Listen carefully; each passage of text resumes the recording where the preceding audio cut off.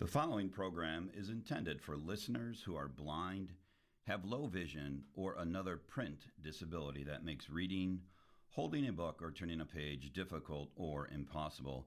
The content is copyrighted by the respective publishers. For more information, please visit us on the web at nfradioreading.org.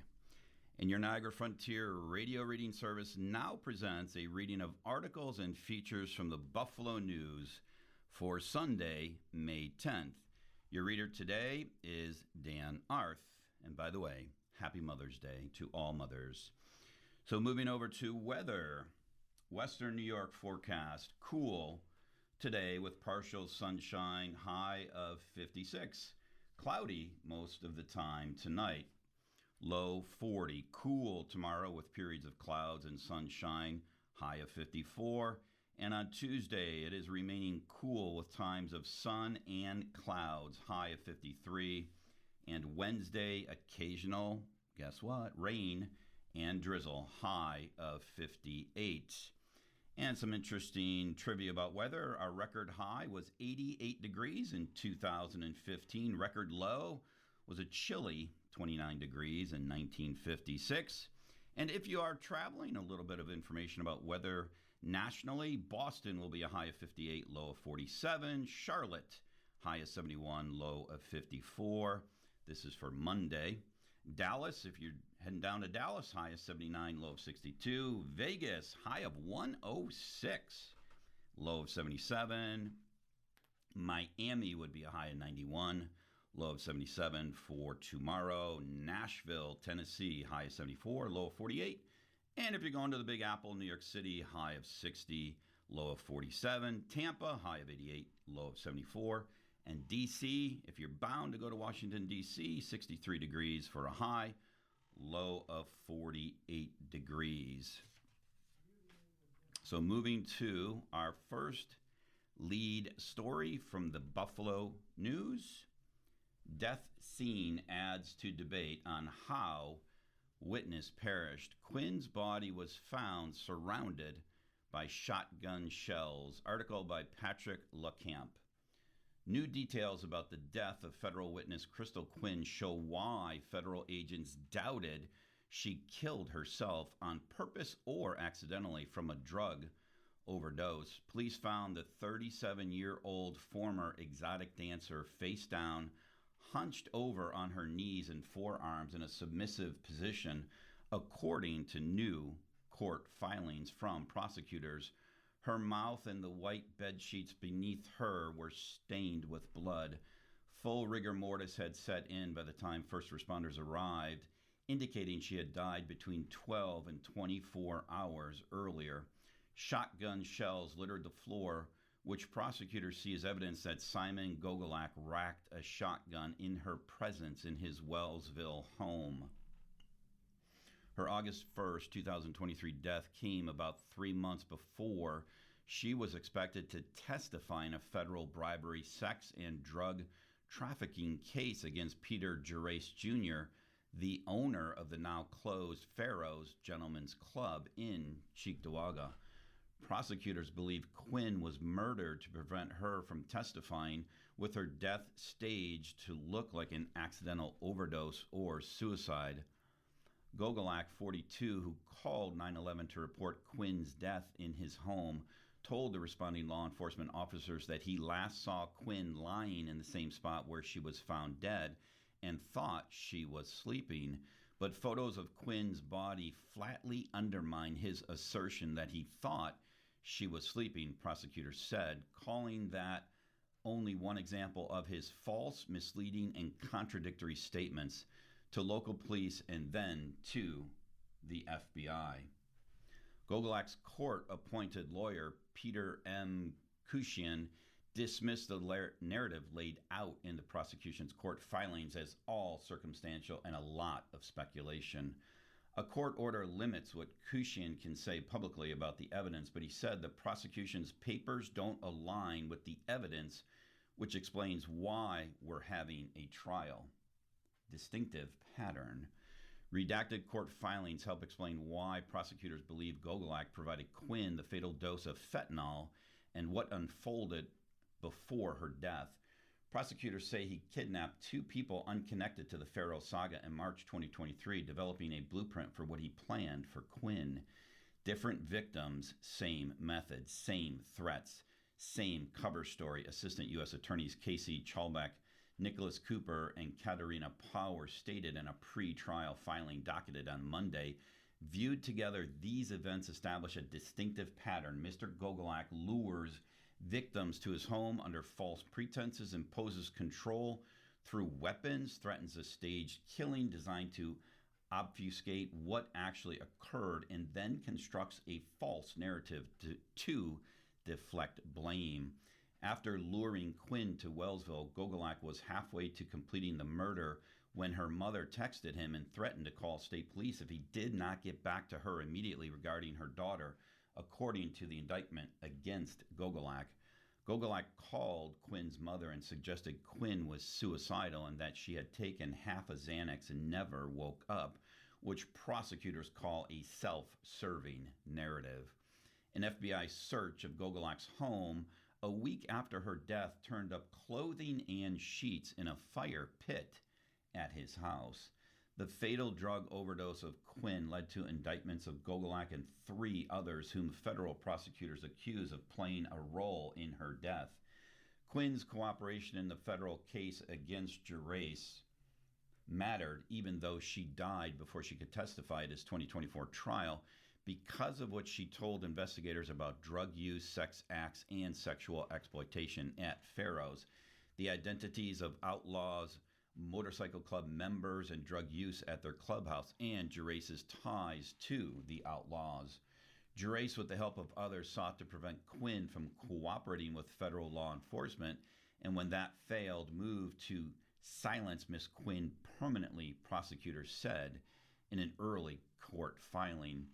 Named in an indictment and accused of conspiring to tamper with Quinn to prevent her from testifying and also to retaliate against her for cooperating with law enforcement are Gogolak, Gerace, who is scheduled to be sentenced Wednesday on his Farrows-related convictions, John Ehrman, described by prosecutors as a national leader of the outlaws, and Howard Hinkle Jr., among the last to be seen with Quinn in Wellsville. Their joint trial is scheduled to begin June 8th. Two others also will be tried, accused of making false and evasive statements to law enforcement about Quinn's death. Michael Roncone, who was the president of the Rare Breed Motorcycle Club's Wellsville chapter, and Frank Knight, a Wellsville resident who lived across the street from Gogolak. Defense lawyers for the men contend Quinn died from an accidental overdose and say prosecutors lack direct evidence showing a conspiracy to kill her. The fentanyl. After calling 911, Gogolak told a friend of Quinn's mother that he gave Quinn a Xanax before she died, according to court papers. But Gogolak told the FBI that he saw Quinn take a bunch of Xanax the night before she was found dead. Gogolak told the FBI that Quinn told him the pills were not working and that she was gonna take some more. Gogolak said he passed out on his lawn after taking a piece of the same pill Quinn swallowed. Gogolak has been in custody since August of 2023, initially charged with drug and firearms charges several weeks after Quinn died.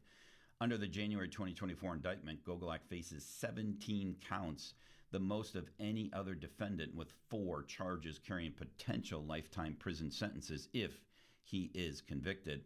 His charges include obstruction of justice, witness tampering, and retaliation and distribution of fentanyl resulting in death. On July 31st or August 1st, Gogolak intentionally gave Quinn fentanyl, which resulted in her death, the indictment states. There's no evidence Quinn ever bought opioids, including fentanyl, in 2023. Text messages show Gogolak did, prosecutors said. The search of Gogolak's home revealed trace amounts of what appeared to be fentanyl on a scale, and a laboratory analysis confirmed the substance contained fentanyl. Witnesses are expected to testify that Gogolak had a history of mixing Xanax and opioids, prosecutors said. One witness is expected to testify that Gogolak connected him with a drug dealer who sold him pills that contained a mixture of Xanax and opioids, which caused the witness to nearly overdose. Other witness testimony will further establish that Gogolak once threatened to hotshot someone with a large dose of drugs and make it look like an accidental overdose, according to the prosecution filing. Prosecutors called Gogolak's access to potent and lethal drugs inextricably intertwined with giving fentanyl to Quinn. And our next lead story from the Buffalo News: Trump's feuds and tensions with allies likely to outlast war. Article by Matt Spentelnik and Andrea Shalal of Reuters. Washington. With his decision to pull some U.S. troops from Germany, his threats to draw down forces elsewhere in Europe, and his downplaying of Iran's recent attacks on an important Gulf partner, President Trump's latest moves foreshadow what could be the war's enduring legacy, the fraying of ties with key allies. Trump's words and deeds have revived fears among Washington's long-standing friends, from Europe to the Middle East to the Indo-Pacific, that the United States might be unreliable in a future crisis. Some traditional U.S. partners are starting to hedge their bets in ways that may bring long-lasting changes in relations with Washington, while adversaries such as China and Russia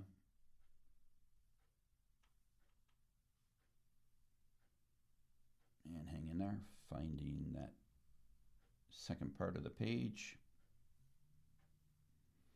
But most analysts believe his erratic conduct, essentially upending the rules-based global order, will further erode U.S. alliances, especially with NATO continuing to feel his ire for largely resisting his wartime demands. Trump's recklessness with respect to Iran is resulting in some dramatic shifts, said Brett Bruen, a former advisor in the Obama administration who now heads the Situation Room strategic consultancy. U.S. credibility is at stake. Tensions are especially high between Trump and the Europeans since he joined Israel in striking Iran on February 28th, claiming without evidence that Tehran was close to developing a nuclear weapon. Iran's retaliatory closure of the Strait of Hormuz unleashed an unprecedented global energy shock that has made European countries some of the biggest economic losers from a war they never asked for. Earlier, Trump had rattled allies by imposing sweeping tariffs, pushing to take over Greenland from Denmark, and cutting military aid to Ukraine. The rift widened when Trump announced that this past weekend he was withdrawing 5,000 of the 36,400 troops the U.S. has in Germany after Chancellor Friedrich Merz angered him by saying publicly that the Iranians were humiliating the U.S. The Pentagon then scrapped the planned deployment of Tomahawk cruise missiles to Germany. Trump, who has long questioned whether the U.S. should remain in the NATO alliance it helped create after World War II, said he was also considering reducing U.S. forces in Italy and Spain, whose leaders have been at odds with him over the war, feuding with allies. The move followed Trump's accusation that allies have not been doing enough to back the U.S. in the war, and his suggestions that this meant Washington might no longer need to honor the alliance's Article 5 mutual defense clause. President Trump has made his disappointment with NATO and other allies clear, White House spokeswoman Anna Kelly said. While insisting that Trump had restored America's standing on the world stage and strengthened relationships abroad, she said he will never allow the United States to be treated unfairly and taken advantage of by so-called allies. Trump had earlier taken aim at British Prime Minister Keir Starmer, deriding him in March as not Winston Churchill and threatening to impose a big tariff on imports from the UK. And Trump's Pentagon has floated the prospect of punishing NATO allies it believes have failed to support U.S. operations against Iran, including suspending Spain as a member and reviewing U.S. recognition of Britain's claim to the Falkland Islands. European governments have responded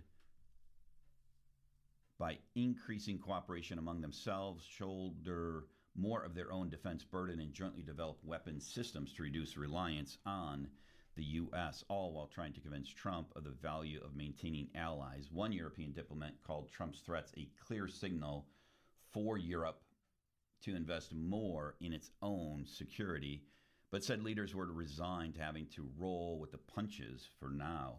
And you are listening to a reading of today's Buffalo News on your Niagara Frontier radio reading service, and the time is 9:15 a.m.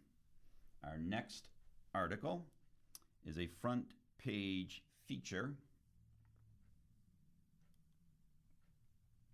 Largesse and Stress at Wilson Foundation. Local leaders have clashed with administrators of powerful charity. Article by Jonathan Epstein. It has taken less than 10 years for the Ralph C. Wilson Jr. Foundation to become a powerhouse charitable organization in Western New York, funding causes from recreation and fitness to early childhood education and economic development.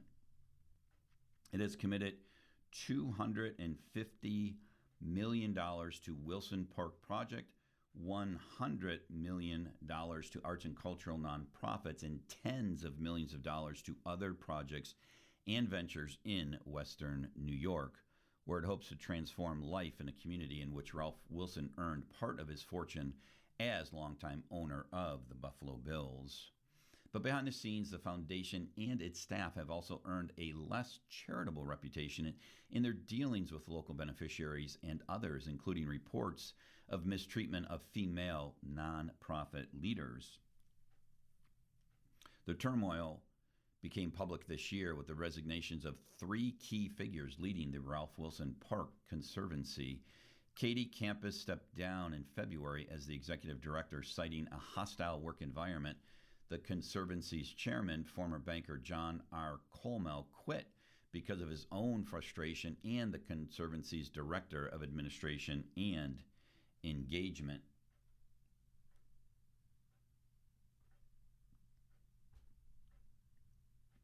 Carrie Bonero also stepped down, although she has agreed to stay on as a consultant. Officially, all three left because of disagreements over the direction of the Conservancy and differences with the foundation, which is largely funding the transformation of the former LaSalle Park. But interviews with local nonprofit officials reveal that problems went deeper, with tensions running high over what many view as micromanaging by the foundation and heavy-handed, abrasive, and tacitly threatening methods of James J.J. Teague, the Foundation's Senior Director of Parks and Trails. Those tensions are now a strain not only on the Conservancy, but on the relationships between the Foundation and the community of nonprofits across the Buffalo-Niagara region and the people who run them. The generosity of the Wilson Foundation toward both Buffalo and our Olmsted Park system has been transformational. This relationship is irreplaceable and one for which we should all be grateful, said Aaron Siegel, a board member of the Olmsted Conservancy for 15 years and former board chair. However, the Wilson's Foundation representative in Buffalo has proven to be an impediment to maintaining a fruitful relationship, he added. He has regularly moved the goalposts with respect to the expectations he has for the Conservancy, Siegel said.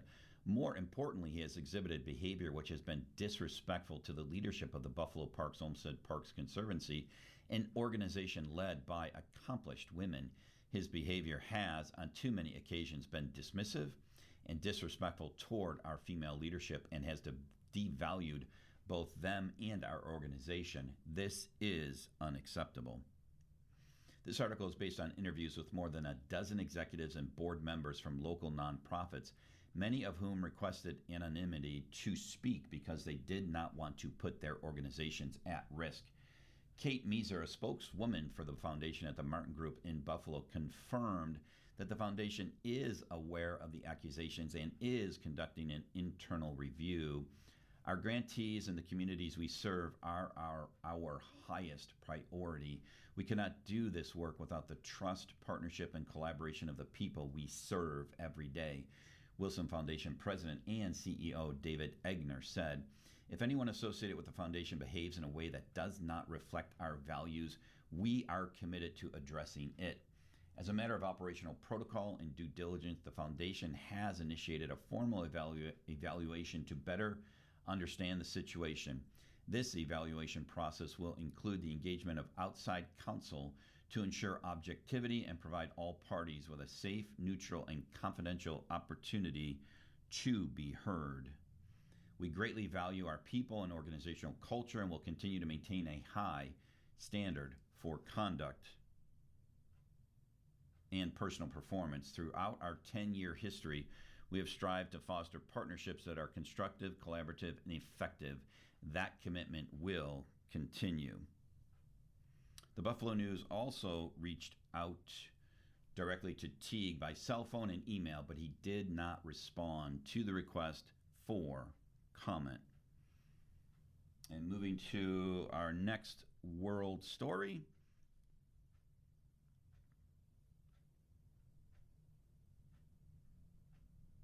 U.S. still waiting on Tehran's response to proposal.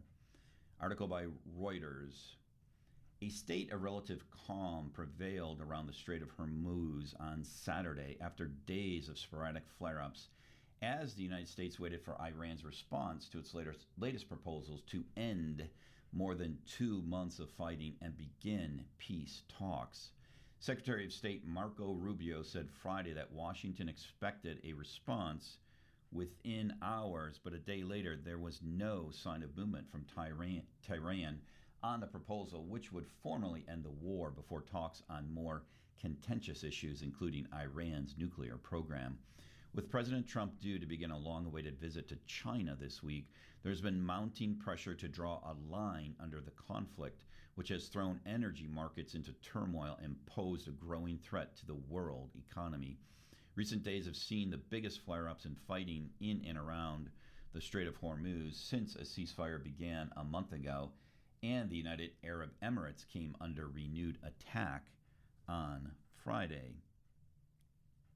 On Friday, there were sporadic clashes between Iranian forces and U.S. vessels in the strait. Iran's semi-official Fars news agency reported. The Tasnim news agency later cited an Iranian military source saying the situation had calmed, but warning more clashes were possible. The U.S. military said it struck 2 Iran-linked vessels attempting to enter an Iranian port, with a U.S. fighter jet hitting their smokestacks and forcing them to turn back. Tehran has largely blocked non-Iranian shipping through the strait since the war began with the U.S.-Israeli airstrikes across Iran on February 28th. Before the war, 1/5 of the world's oil supply passed through the narrow waterway. The U.S. imposed a blockade on Iranian vessels last month, but a CIA assessment indicated Iran would not suffer severe economic pressure from a U.S. blockade of Iranian ports for about another 4 months, according to a U.S. official familiar with the matter, raising questions over Trump's leverage over Tehran in a conflict that has been unpopular with voters and U.S. allies. A senior intelligence official characterized as false the claims about the CIA analysis, which was first reported by the Washington Post.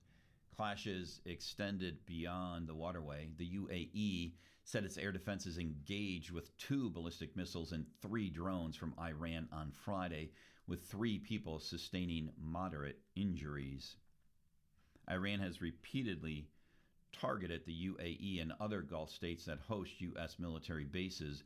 And what the UAE called a major escalation, Iran stepped up attacks this week in response to Trump's announcement of the so-called Project Freedom to escort ships in the strait, which he paused after 48 hours. Trump said on Thursday the ceasefire announced on April 7th was still holding despite the flare-ups, while Iran accused the U.S. of breaching it. Every time a diplomatic solution is on the table, the U.S. opts for a reckless military adventure, Foreign Minister Abbas Araghchi said on Friday. Differing actions. The U.S. has found little international support in the conflict.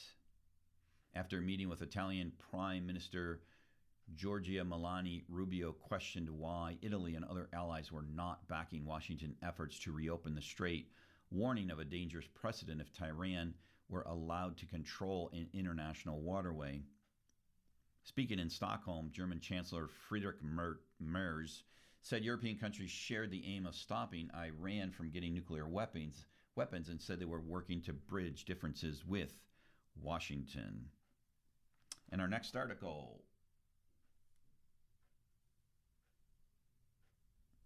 World News. China's changing habits may shield Amazon rainforest. Article by Manuela Aderoni of Reuters. When Xing Yangling posted on WeChat about her visit to the Brazilian Amazon in April, she described to her friends in China the unforgettable sensation of being enveloped by tens of thousands of shades of green. Xing leads the Tianjin Meat Industry Association, representing importers responsible for around 40% of China's beef purchases from Brazil. Under her leadership, Tianjin's members have committed to buying 50,000 metric tons of deforestation-free certified Brazilian beef by the end of the year, in what may be an early sign that China, one of the most powerful forces in global commodity trade, is willing to pay more for greener supply chains. The figure amounts to 4.5% of what Brazilian beef exporters are expected to sell to China this year. The pledge challenges a long-held assumption among Brazilian farmers that China, the world's largest importer of beef and soy, cares only about price. It comes as China's government is sending signals that it wants to act on the environmental impact of trade while protecting its domestic industry. In 2019, it changed its forest law to ban the trade of illegal timber. In 2023, it signed a joint commitment with Brazil to end illegal deforestation driven by trade. Starting last year, China's state-owned trader COFCO has committed to eliminating deforestation from its supply chain. Deforestation Link. The beef supply chain is ripe for concrete action because it is not as essential to the Chinese diet as other commodities, said Andre Vasconcelos, the head of global engagement for Trace, a platform that tracks the environmental impact of several supply chains.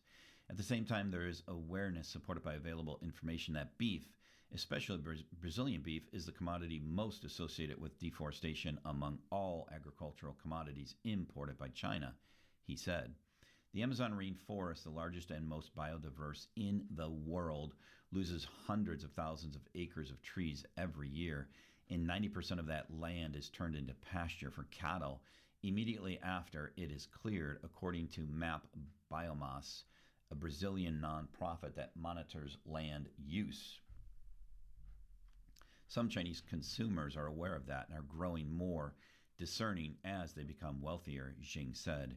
Choosing food products according to environmental credentials rather than price is impractical for most Chinese consumers facing higher grocery prices like much of the world.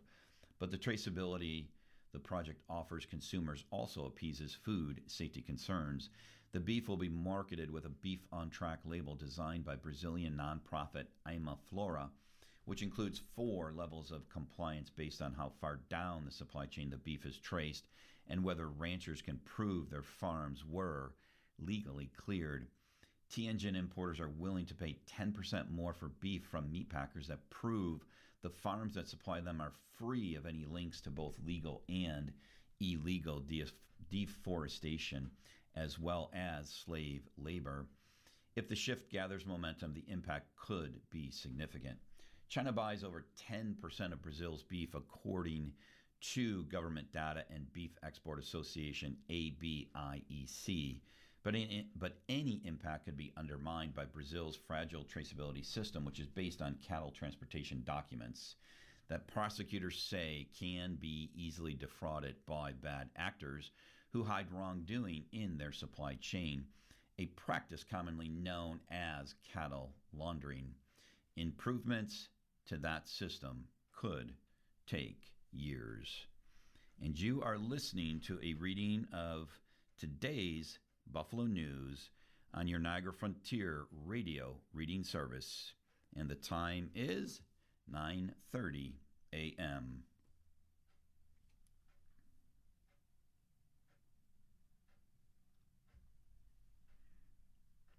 our next national news story. Map redraw sparks anger, confusion in Louisiana.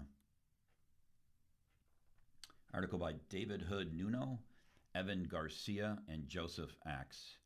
Baton Rouge, Louisiana. As a child, Leona Tate was one of the so-called New Orleans Four, the first black students to desegregate a public school in the Deep South, enduring racial slurs and death threats as armed U.S. Marshals escorted them to class. On May 1st, more than 6 decades later, Leona Tate told Republican state lawmakers that their proposal to dismantle at least one majority black congressional district brought back harrowing memories.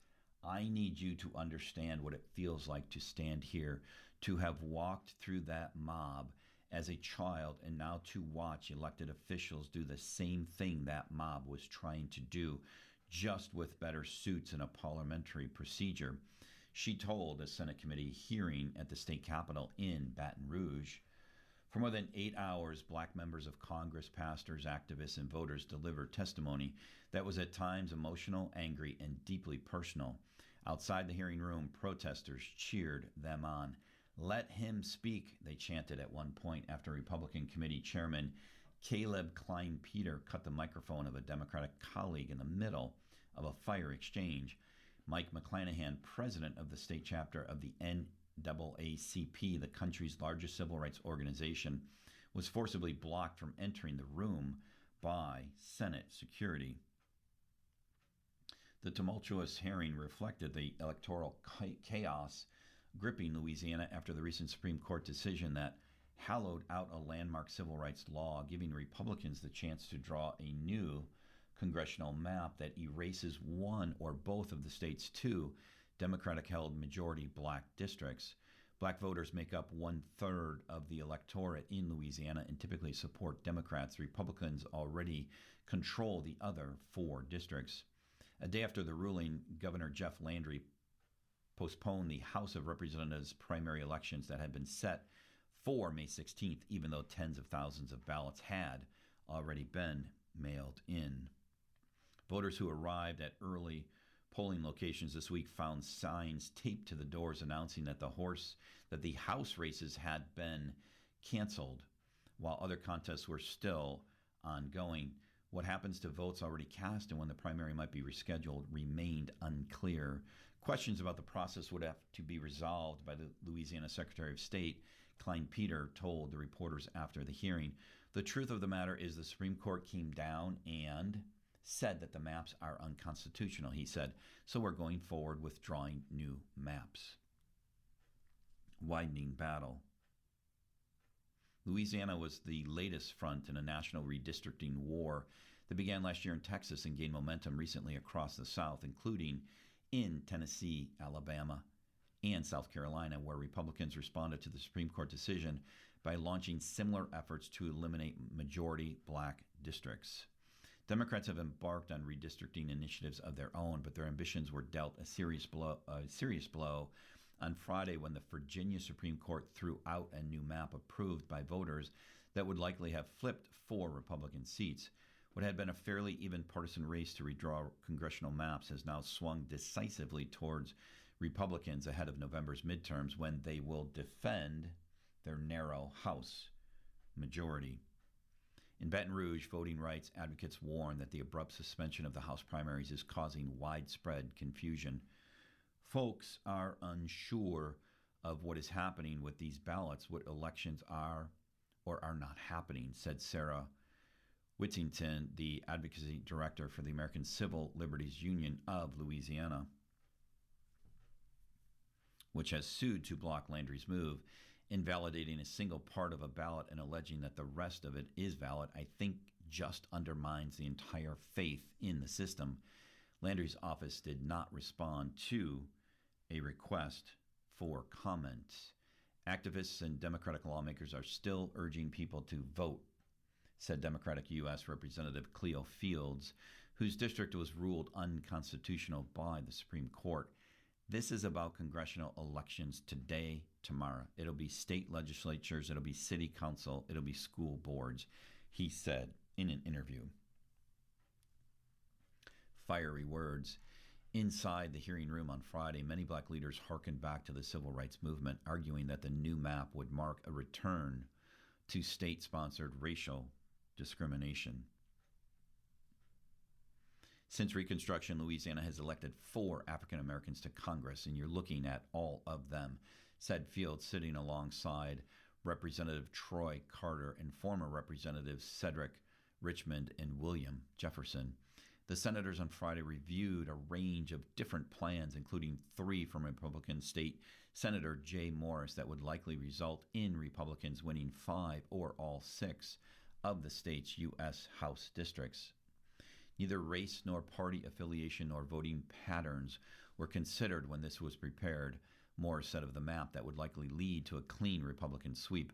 But activists and Democratic state senators argued that the outcome would inevitably dilute the political power of black Louisianans. You have a choice in front of you, Tate said. You can draw a map that reflects who Louisiana actually is, a state where black voices belong in the halls of Congress, or you can draw a map that tells my grandchildren your voices don't count. Some critics warned Republicans that they would eventually pay a price if they moved ahead, either at the ballot box or in the history books. This redistricting issue is not just about lines on a map, said Brandon Boutin, a Baptist pastor. It's about whether democracy is sacred. It's about whether every citizen has equal values in the eyes of the law. And our next national story.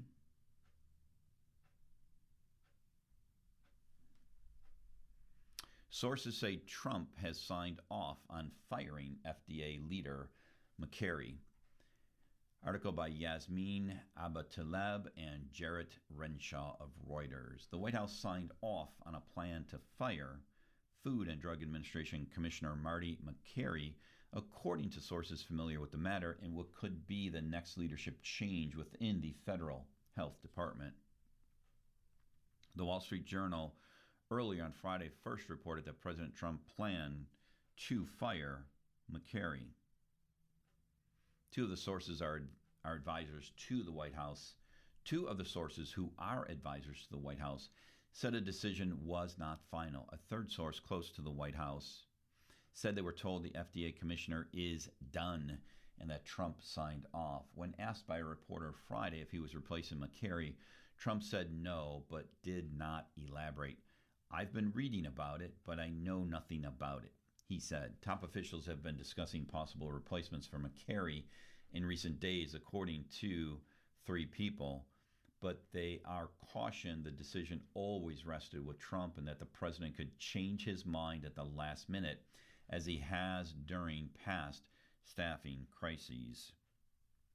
It remains unclear whether Trump will still move forward with firing McCarry or whether he has fully reversed course. White House spokesman Kush Desai earlier said President Trump has assembled the most experienced and talented administration in history, an administration that continues to focus on delivering more historic victories for the American people.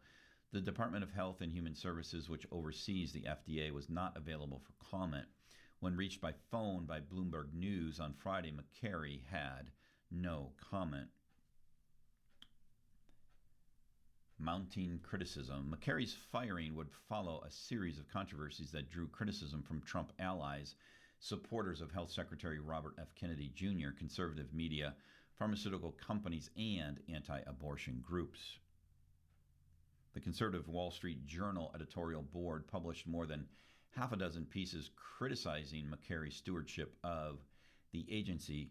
One opinion piece asked whether any administration official had created more headaches for Trump than McCarry, pointing to the FDA's twice repeated rejection of Replun's melanoma therapy. McCarry, in an interview on CNBC this past week, said scientists reviewing the drugs had made the decision, not him. Shares of Replun closed nearly 22% higher on Friday after news of McCarry's ouster. BMO analyst Evan Seigerman said firing McCarry would be a positive for biopharma, with expectations that any replacement would focus on stability and predictability for the industry. And you are listening to a reading of today's Buffalo News on your Niagara Frontier radio reading service. The time is 9:40 a.m. And our next story is from the business section.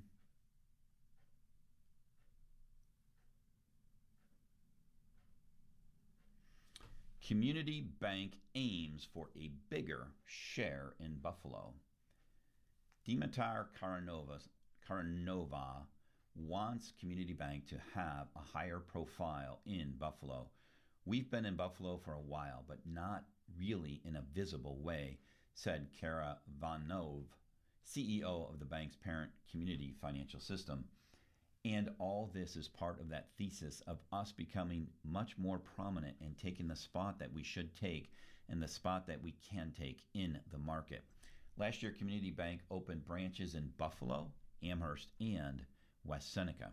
That's a lot of locations to debut here in 1 year at a time when many banks are cutting back their branch networks or keeping their total status quo. Community Bank has a presence throughout upstate New York, but until its 3 new branches opened, Community Bank's only branch in the Buffalo metro area was in Orchard Park. Kara Vanov said 2 of the 3 new branches, the locations in West Seneca and Buffalo, are basically already well ahead of plan and at the point where they're contributing versus being a cost. We're really happy with them, he said. The financial services company isn't stopping there. Expect to see more Community Bank branches open their doors here. The endpoint for us in Buffalo is not going to be 3 or 6 or 10 branches, Karavanov said. Still, it's not going to be 40, but we need more critical mass. And it's not just branches. Community Financial System, which is based in suburban Syracuse, recently opened a $6 million regional office in Amherst in University Corporate Park. The location creates a hub for its banking subsidiary, as well as insurance, wealth management, and benefits. About 65 employees are based there, with room to add more. There's no better way to demonstrate our commitment than to put together a regional headquarters structure like this, said Christopher Humphrey, who oversees Community Bank's Buffalo and Rochester markets as regional president. The new office also brings together employees from the different business segments for easier collaboration, he said. Community Financial Systems leadership team includes Mariae Bergio Lowe's, the chief financial officer. She lives in Amherst and is based out of the new regional office. Lowe's was recruited last year by Kara Vanov. She opted to leave M&T Bank, where she was managing director and chief operating officer of its investment bank. I was very happy at M&T, but when I met him, Karavanov, he is a brilliant business leader, and he has a vision and a strategy that I was really excited by, Lowe said. The two of us are good partners in our effort to bring this to the next level, she said. Buffalo is the largest market in which Community Financial System operates, Karavanov said. We looked at the company and said, where is our biggest opportunity? He said, where do we have already people, markets, customers, white space? Buffalo is by far the biggest opportunity for us. Community Bank already had thousands of customers in the region through the bank's indirect auto business. After the new branches opened, customers were coming in to make car loan payments. Frankly, they've actually found us, Karavanov said. We didn't even market to them.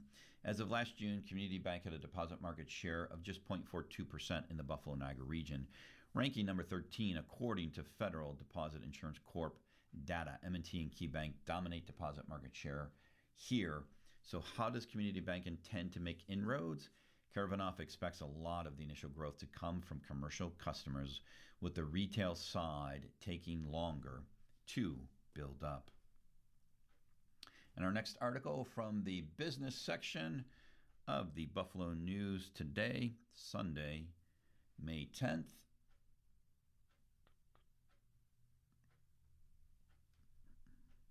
FIFA World Cup will bring soccer fever to downtown Buffalo.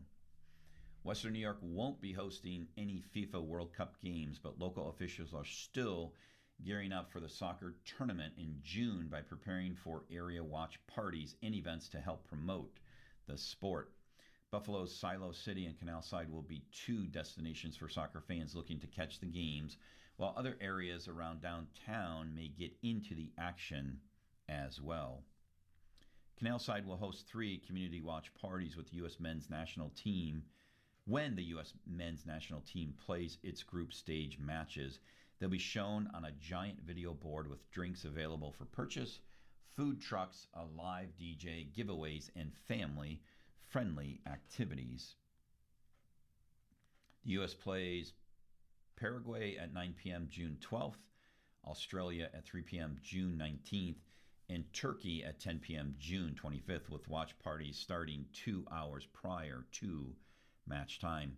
Silo City will serve as another destination for World Cup action, broadcasting every match on site at the Duend Bar and Restaurant and projecting 5 of the matches onto the towering facades of its historic grain elevators from June 11th to the 19th. Silo City will also host cultural programming and local food trucks during the World Cup and community soccer clinics in the weeks leading up to it. We're ecstatic for the sport to bring even more people together during the clinics we'll host with local soccer clubs and events focused on world culture. And when we watch the matches together as they're projected on such a big part of Buffalo's history and the biggest screen for watching the World Cup, said Rick Smith, owner of Silo City. Other parts of downtown may get into the action as well. There has been preliminary discussion about additional watch parties being held in other parts of downtown, especially where there are soccer-centric bars like the Banshee Irish Pub on Franklin Street off Chippewa Street. We definitely want to be part of it all. Stephen Carmini, president and CEO of Carmini Wood Design and the chairman of Buffalo Place. We are a soccer town, he added. We have a couple of bars that are soccer-centric here on the edge of the district, so we're thinking about what we can do to help them, to encourage people to hang out. We have spaces smaller and bigger that can be activated. We're looking at all of that. The Canal Side Watch parties are part of a partnership between the Erie Canal Harbor Development Corporation, Visit Buffalo, and Buffalo Waterfront. A full schedule of Silo City soccer clinics, broadcasts of the tournament, and specific matches to be projected on the grain silos will be announced at a later date. And as part of our newspaper reading, we now present the day's death listings. If you need further information on any of these names, please call us at 716-821-5555. That's 716-821-5555.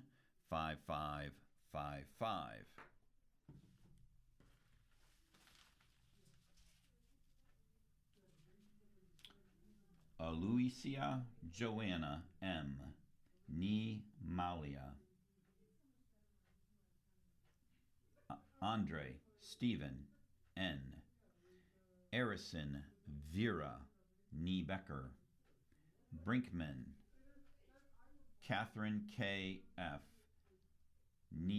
Detweiler. Cartonia Joseph A. Jr. Collins Jerome F. Jerry. Costley Jackson Stokes. Susan Francis. Dake Gregory N. Jr. DiDamasio Nancy A. Nee Spinelli. Zerzanowski Thomas J. Edders Palma M. Nee Malucci. Fink Esther E. Nee Guzakowski. Friedman Beatrice. Nee McCoff. Frank H. Donald. Henderson Jr. Richard T. Hollinsworth Karen Sue, Jackson, Peter K., Jamberdino, John J. Jr., Jarmuz, Donald J., Kinkavich, Michael, Kaprowski, Kathy L., Kubek, Judith A., Ni Kupisti, Kwichinski, Stephen, La Banca, Annette, Ni Minkeri, Leaner, Susan J., Ni Irons, Matchgrowich, Arlene H., Marzullo, Francis L., Matursky, Alta June, Ni Shaw, Miller, Richard T., Miskell, James Donald Jr., Don, Morgan, Roberta, Meisel, Francis M., Ni DiCenzo, Nelson, Thomas A., Pagani, Robert, Palace, James M., Paolini, Judith D., Ni Grotke, Pelham, David A., Pilk, Cecilia A., Ni Strong, Leonette, Francis Pronsny,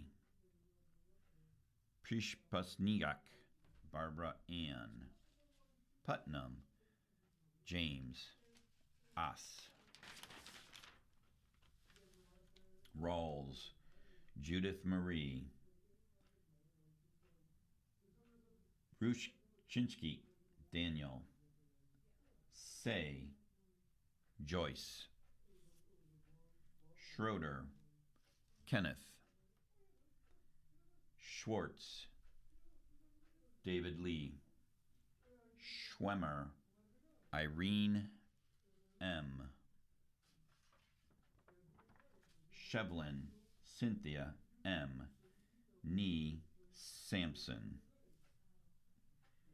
Smith, Barbara, Smith, Eleanor M. Ellie, Smith, Kenneth C. Smitty, Stang, Edward Jr., Sir Will, Thomas Benedict, Valentine, Donna L., Malone, Wagner, Alice T., Weber, Paul C., Winarski, Mary, Wright, Jean J., Campfield. If you need further information on any of these names, please call us at 716-821-5555. That's 716-821-5555.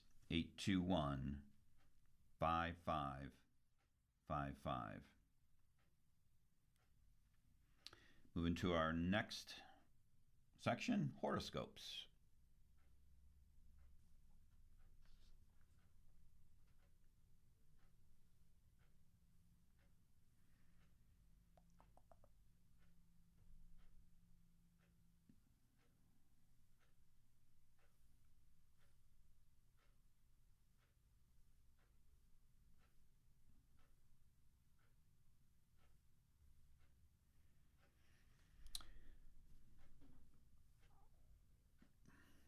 Happy birthday for Sunday, May 10th, 2026.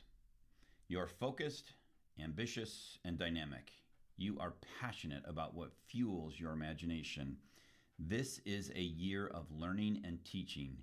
Take time to reflect and renew your spiritual and religious beliefs. The stars show the kind of day you'll have. 5 dynamic, 4 positive, 3 average, 2 so-so, one difficult. Aries, March 21st through April 19th. This is a great money day. You might attract money to you or see ways to spend it on real estate or home and family in a way that brings you benefits now and in the future. Tonight, solitude. Taurus, April 20th to May 20th. Aries was a 4 out of 5. Taurus, 5 out of 5. This is a lovely day. Both the sun and Mercury are in your sign, and the sun is dancing with lucky moneybags Jupiter, which makes you joyful and also fortunate. Tonight, friendships. Gemini, May 21st to June 20th, 4 out of 5 stars. This is a feel-good day, and you are noticed. Some know personal details about your private life. Venus in your sign makes you charming and diplomatic. Tonight, you're admired. Cancer, June 21st to July 22nd. This is a popular day. Enjoy the company of friends and groups. You'll be in the company of young people. Tonight, explore. Leo, July 23rd to August 22nd. This is a strong day. The sun is at the top of your chart, casting you in a flattering spotlight. People will want to see you and hear what you have to say. Tonight, check your finances. Virgo, travel or make travel plans. Virgo, August 23rd to September 22nd, 5 out of 5 stars. Travel or make travel plans. You're excited about the possibility of expanding your world. You might do this through learning or meeting people from different backgrounds. Tonight, cooperate. Libra, September 23rd to October 22nd. You can attract wealth and favors from others today. You might receive an inheritance or someone might give you a gift. You might have an opportunity to travel. Tonight, work. Scorpio, October 23rd to the 21st. Your closest relationships are warm and rewarding today. Someone you know might introduce you to interesting people, or you might attract chatty people to you. Tonight, play. Sagittarius, November 22nd to December 21st, 4 out of 5 stars. This is a productive day because you want to be included in something larger than yourself. What will be rewarding is working with others in a harmonious way. Tonight, relax. Capricorn, December 22nd to January 19th. Today is a fortunate day for social outings. 5 out of 5 stars. Playful activities with children, sports events, and mingling with groups. Tonight, conversations. Aquarius, January 20th to February 18th. 4 out of 5 stars. Family relations are mutually affectionate today. This is a wonderful day for gatherings where you live. Tonight, check your belongings. And finally, Pisces, February 19th to March 20th. 5 out of 5 stars. You're in a positive frame of mind today, which means everything that flows from you will be positive. Tonight, you win. And you are listening to a reading of articles from the Buffalo News for Sunday, May 10th on your Niagara Frontier Radio reading service. We will return for more readings after this short break. Your reader today has been Dan Arth. If you're listening to this publication online, you're probably using our website, a podcast player like Spotify or iTunes, a streaming service like Siro, or a smart speaker.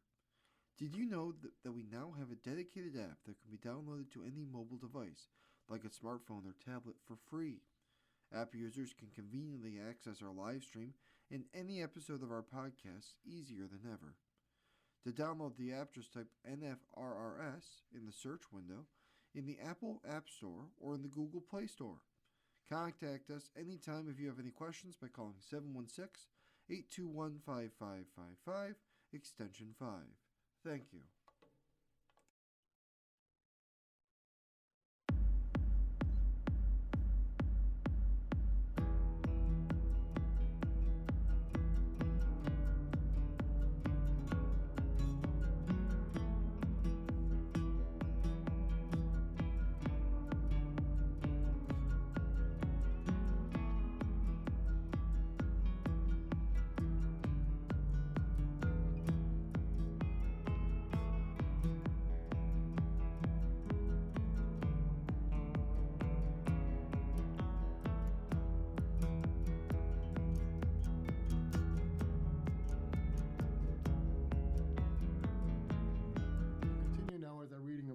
articles from today's Buffalo News. Your reader is Ron Bickelman. In the city and region, unsigned oath cards create headaches for top county leaders whose jobs are suddenly deemed vacant. When top appointed and elected officials take office in New York State, they are required to sign an oath card promising to uphold the Constitution of the United States in the state of New York. At first glance, it seems like a minor piece of bureaucratic paperwork with historical roots. But as elected and appointed officials in Erie County are learning the hard way, the failure to sign these oath cards has consequences.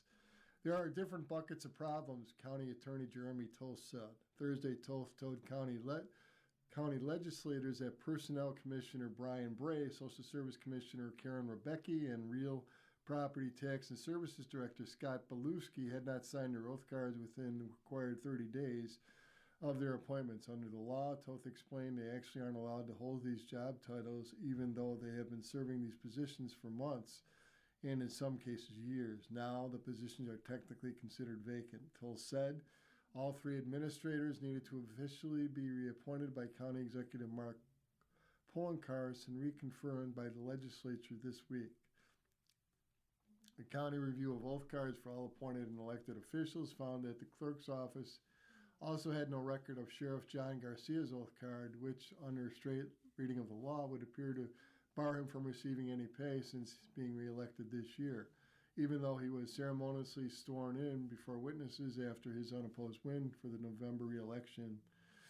It's just the red tape or something. Is it just red tape or is something more serious?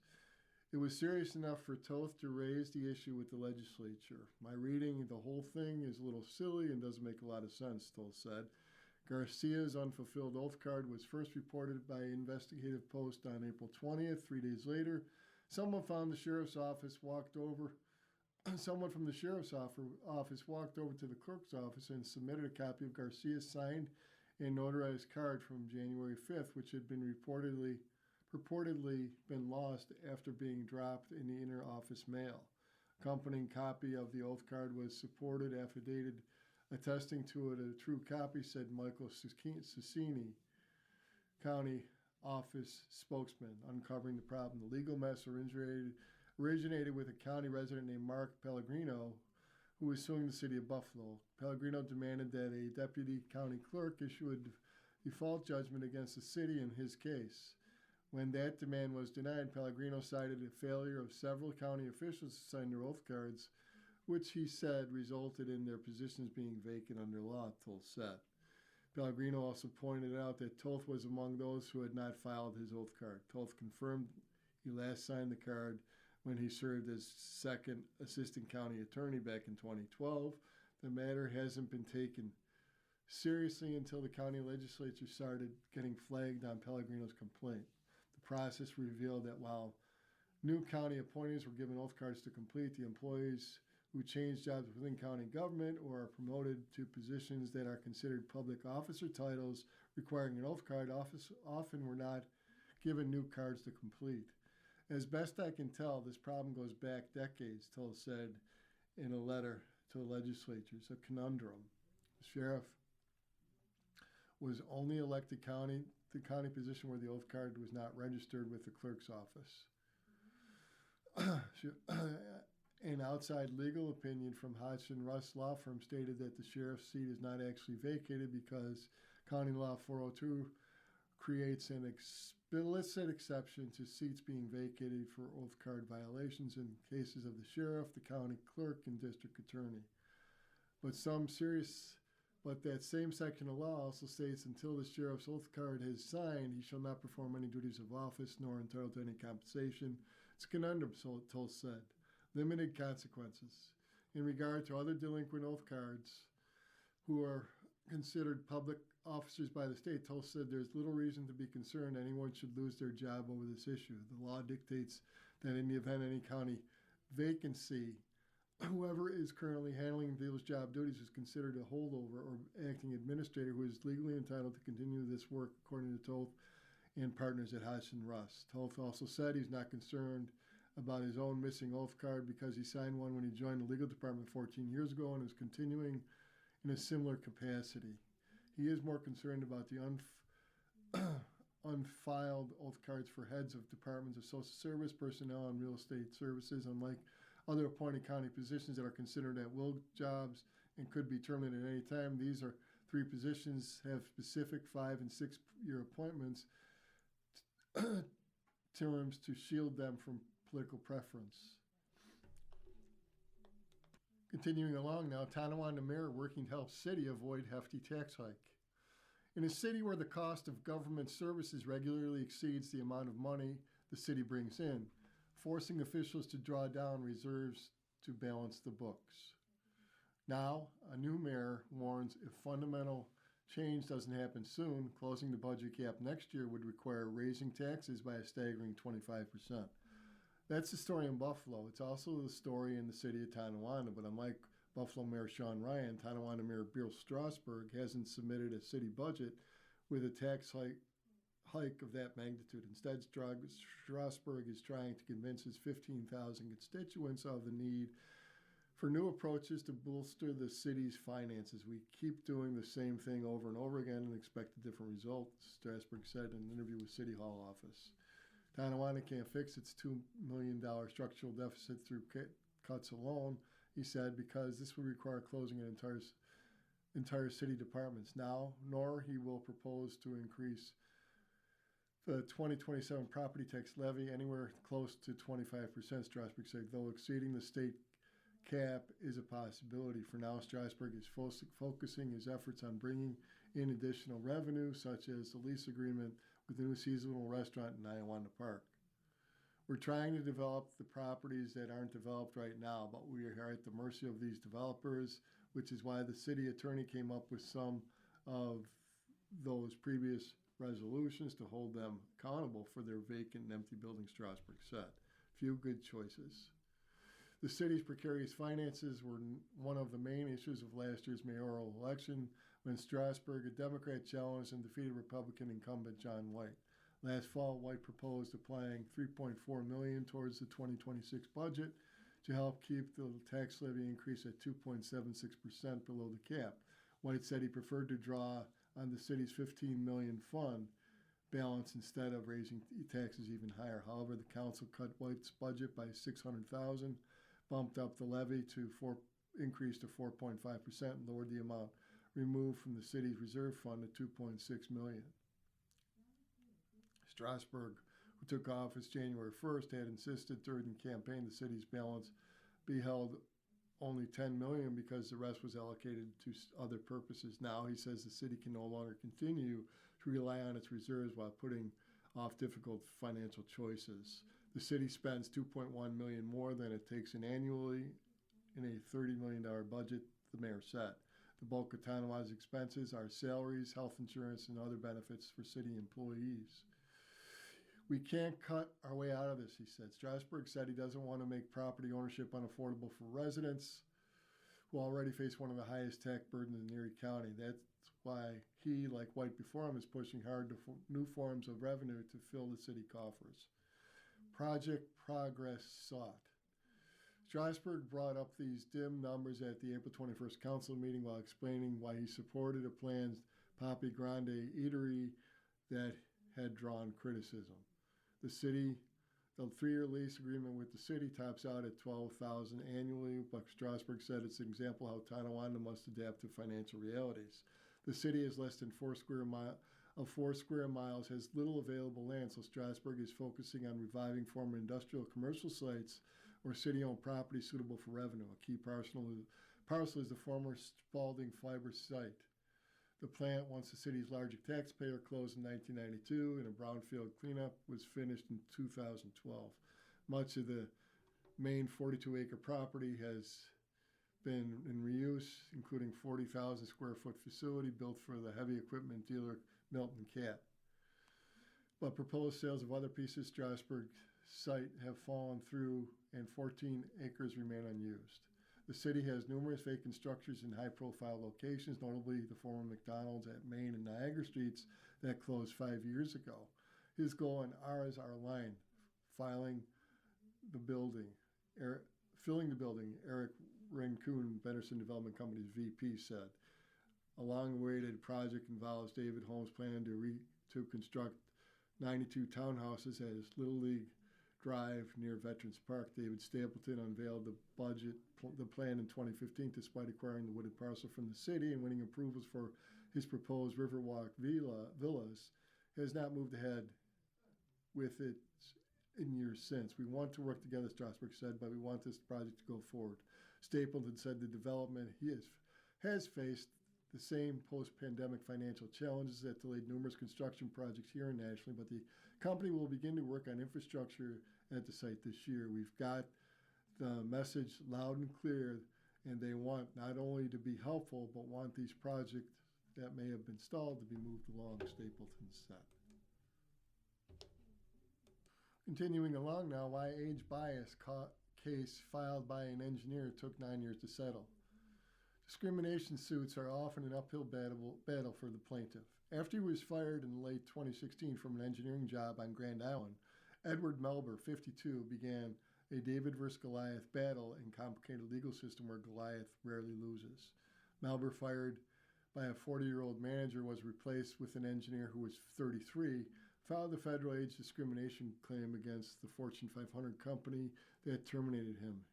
He filed his complaint with the U.S. Equal Opportunity Commission on April 6, 2017. Melber's case proceeded slowly through the EEOC and then the federal courts until early April when the case was settled through mediation.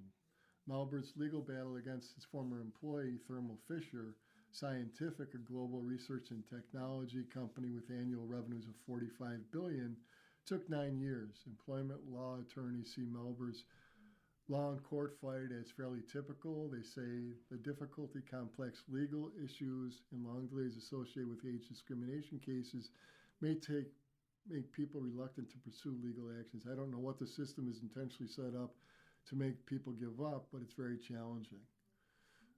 It's an uphill battle all the way for the plaintiff, says R. Harvey Sanders, a Buffalo employment lawyer for 35 years.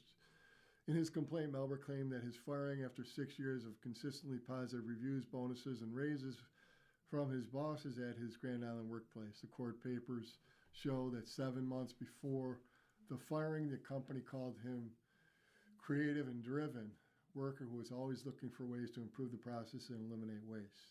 The company's treatment of Melber and other older employees raised questions both Melber and the EEOC claimed. The EEOC investigator claimed examined Melber's case for 3.5 years before the government agency filed a report in 2020. The EEOC, according to court papers, declined to sue Thermo Fisher itself, but gave Melber a right to sue letter and enabled him to proceed with a lawsuit on his own. The EEOC said it found that statistical analysis of the percentages of older and younger workers who were fired at Melber's workplace is large enough that the difference cannot be explained by chance. There's reasonable cause to believe Thermo Fisher discriminated against Melber and others based on their age, the EEOC wrote. Thermo Fisher attorneys denied that age had anything to do with Melber's firing. They said Melber, despite receiving raises and some positive statements in performance reviews, was warned repeatedly that he was not finishing work projects quickly enough and needed to improve. When his bosses gave him constructive criticism, Melber disagreed and refused to modify his performance, Thermo Fisher attorneys said. The company had legitimate, non-discriminatory reasons for firing Melber. Company attorneys argued in court papers. Thermo Fisher denied that any of the workers were subjected to age discrimination. Settled in secret. The right to sue letter set the stage for the trial that was settled several times but never held. After several efforts to settle the case with court-sanctioned mediators, Melber's legal court battle ended April 3rd with a short court order posted by the U.S. District Judge John Sinatra Jr. The judge wrote that age discrimination case, which had been scheduled to go to trial in March, was dismissed and cannot be refiled. Although sources close to the case said it was settled out of court, nobody on any side of the case, nor Melber, Thermo Fisher, or even the judge, are allowed to say why it was dismissed. I am no longer allowed to comment and discuss this case with you, Melber told the news on April 21st. Mauricio Minota, Director of Global Public Relations for Thermo Fisher, declined to comment on any aspect of the case or the settlement in an email to the Buffalo News on April 27th. Minota had declined to comment on October 6th before parties in the case were restricted from talking with the news media. The company did pay a former employee with a state a federal age discrimination lawsuit, what would likely payment be? That, according to legal experts, is difficult to assess. It would be unusual for the court case to be settled in the range of $30,000 to $300,000.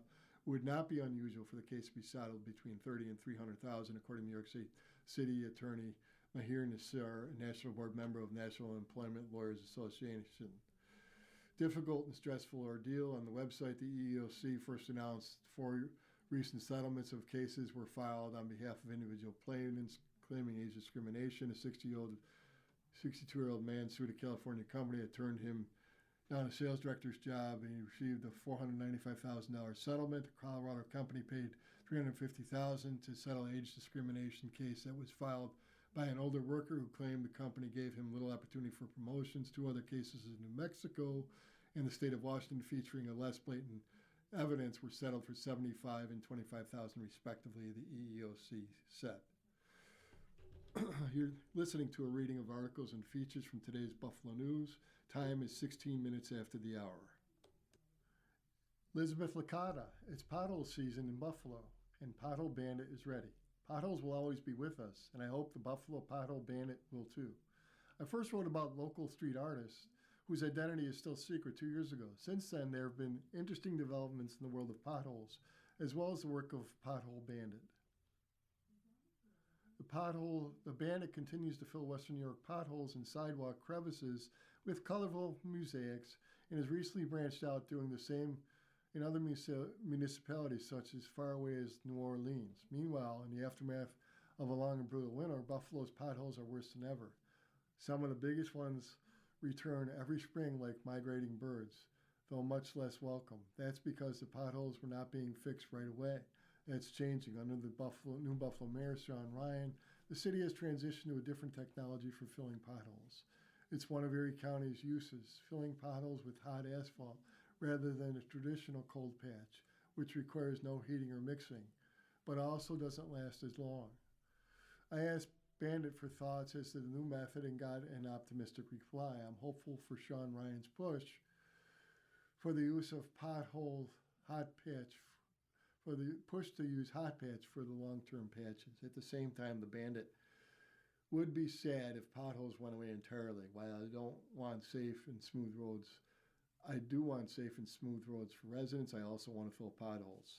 We'll get to the side project, but I first wanted to know about the Bandit's trip to Chattanooga, Tennessee, and New Orleans, which took place in March and April, and were amply documented for fans on Instagram, where the Bandit has 18,500 followers. Chattanooga trip had simple reason. I was invited to Chattanooga to fill potholes by Potholes of Chattanooga, local anonymous pothole artist similar to myself who preliminarily fills potholes with smiley face mosaics. New Orleans was a personal project. I was not invited to New Orleans, the Bandit admits, but I was welcomed with open arms. I made a post on New Orleans subreddit letting them know I was coming soon and asked for someone to host me. I ended up staying with someone who let me use their entire art studio, which is bigger than my old house. That gave me space to really spread out and create mosaics and experiment with new techniques.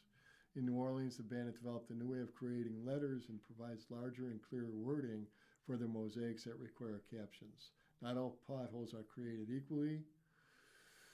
The Bandit found New Orleans has plenty of them, but they also tend to be shallow and widespread. Basically, entire streets were crumbling. Buffalo has deeper potholes with, as the Bandit puts its well-defined sides, lend themselves to better filling. And while more than 30 pothole art projects were completed to general acclaim by the appreciative NOLA residents, when asked for statements by the city officials, responded with an anti-graffiti message. In practice, it is treated as unauthorized markings placed on property without consent of the owner. Such activity is generally classified as criminal property damage and vandalism. That led me to ask the Buffalo city officials for their take. Mayor Ryan responded, the Buffalo Pothole Bandit work is emblematic of the city of Buffalo. For years, problems were ignored, so as creative vigilante took matters into their own hands, creating vigilant street art for artful purposes that turns common frustration into supporting creative. Still, if store owners or others complain about Bandit's activities, they do not persist. The Bandit plans on further expeditions to other cities, but for now they're in Buffalo planning some Sabres-themed holes as well as non-pothole public art projects. Continuing along now, how 10 Pals from South Buffalo became a Sabres phenomenon. Everyone wants to see something wild. That's why they were shivering outside KeyBank Center before Wednesday's Buffalo Sabres game. When will someone do something crazy? The best pre-games are just as fun as parties. Then the first sign of something interesting glides down the sidewalk. A Blade gang has arrived. They are dressed in full hockey gear, helmets, shoulder pads, sticks, and jerseys. The only problem is they're the wrong Blade gang. Their jerseys are cherry red. They speak French. This Blade gang is an imitation traveling from Montreal to taunt their rage bait Sabres fans. It's working.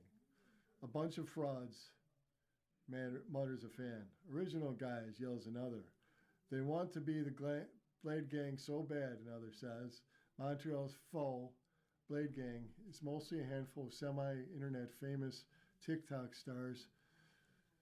Sneakered Sabres fans tend to fend them off by booing and interrupting their interviews. Buffalo needs its cavalry. It needs the real Blade gang. Cedric Sagan, the blonde 20-year-old leader of Montreal's Fall Blade gang, taunts the Sabres fans by asking the question on everybody's mind. Where's your Blade gang? Who is the Blade gang?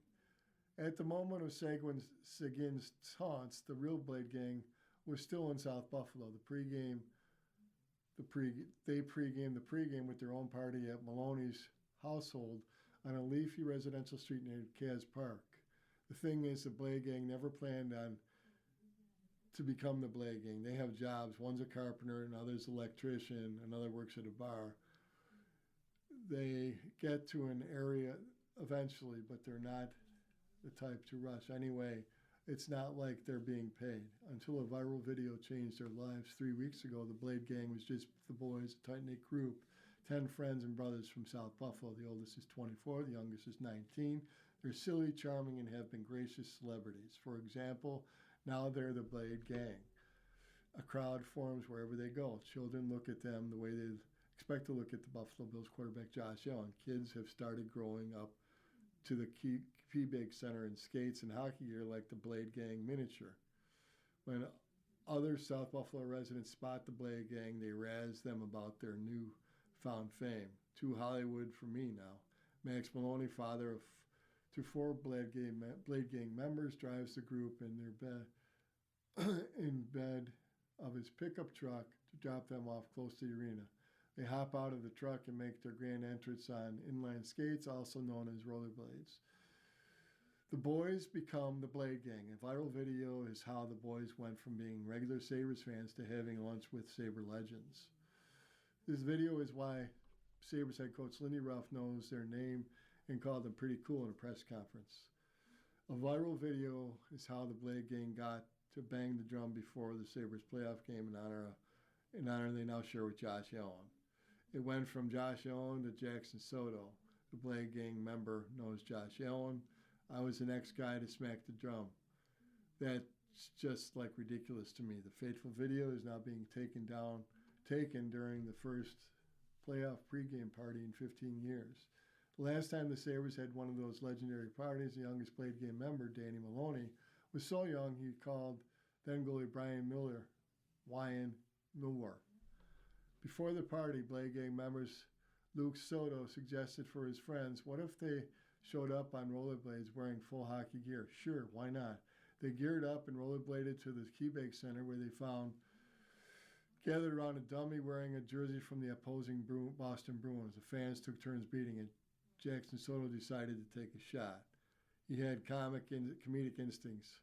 One of his signature moves is waving his fist like a cartoon character saying, "Why I oughta." Soto was filmed waving his fist and circling the dummy before falling backwards into the hockey glove. The video continues for a friend. Alex Pollock finishes the attack by throwing his stick down and flying at the dummy.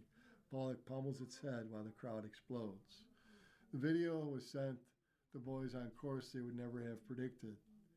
Everyone from restaurants to podcasters to former Sabres wants to be associated with them. They've had lunch with broadcasters and former Sabres hockey stars Rob Ray, Martin Braun. They've downed shots in Maloney's driveway with Ryan Whitney, host of popular Spittin' Chicklets podcast. Minneo's South Buffalo Pizzeria posted a photo with the boys Wednesday after delivering free pizza. The Blay Gang is not being paid to post about their freebies, but they took pictures with them. They'll take pictures with pretty much anyone, no matter who they are or what they're doing. Outside of KeyBank on Friday was nonstop photo shoot. No freebie is too small or too exciting. I love Ballenbacher told everyone in sight that he just did a coleslaw ad. I love coleslaw, he said. He came right up to the right member of the gang because not everyone feels the same way about the slaw. What's next? More than half of people in the Blay Gang's generation aspire to be internet influencers. They'll be the Bade Gang before and until the Sabres lose. So even if nothing else comes of it, the reporter asks, I'll sleep well in our fame if our fame comes to an end. I'm fine with that. Maybe next year we'll suit up, Soto said. Now let's look at asking Eric. Caregiver friend struggles to hold healthy boundary. Dear Eric, my brother and I are helping an elderly cousin who has cancer. Her chemo treatments have terrible side effects and she's requiring more and more care because of it. Ideally, she would be getting home health care or would move to assisted living. However, she does not have cash flow to pay for services. She wishes her niece to inherit her home. It has been in our family for a century. However, this niece has mental health issues, lives 700 miles away, and does not fly or drive. Inheriting this house would be a burden, not a blessing for the niece. We have tried to bring this up, the subject of selling the house and use the money for her own care, but she refuses. The end result is my brother, a friend of hers, and I are all being asked to provide way more care than we feel comfortable doing because she will not spend money for needed care. A friend finds it difficult to set boundaries. We've coached him on how to do this. How does this let us know that this has become a burden? I'm very willing to bring up the subject with her, and I am going to meet the friend again to discuss boundaries. Dear Growing Tired, one part of holding healthy boundaries with your cousin may involve setting a boundary with the overly helpful friend. It sounds like, despite your efforts, you're being drawn into this situation by taking the responsibility of coaching him. This places you at the center, which creates more strain and stress. He has to be responsible for doing what he can and communicating with your cousin about what his limits are. Dear Eric, I'm writing in response to the letter from the son who is growing tired of having to Google the answers to questions from his dad. Not Google. My husband and I have been together for 25 years. My family used to consent frequently about conversations that it was amazing. We could talk about everything and nothing for hours and be so pleased. But time and life marched on. My husband and I have grown apart recently. I have really struggled to get something back that we can hold on to.